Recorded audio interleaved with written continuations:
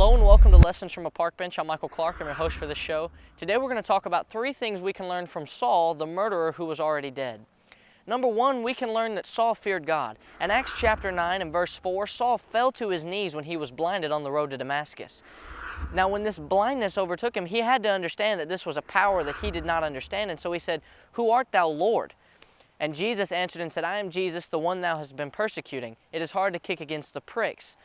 And then we can notice number 2 that Saul admitted that he was wrong. According to John 16 and verse 2, there would come a time when people like Saul would do the things they did because they thought it was okay.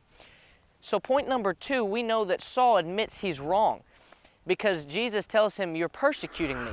Saul says, "Lord, what wilt thou have me to do?" Jesus tells him to go into the city and it will be told what you must do. So we know that Saul admits he's wrong.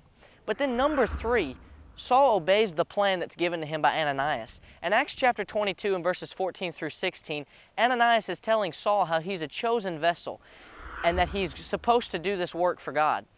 And then he says in verse 16, "Why tarriest thou? Arise and be baptized, calling on the name of the Lord." Saul was praying. So why did Ananias not tell him to just say the sinner's prayer? That wasn't the plan. Ananias said, "Why tarriest thou? Get up from your prayer." Are you like Saul? Do you fear God? Do you admit when you're wrong?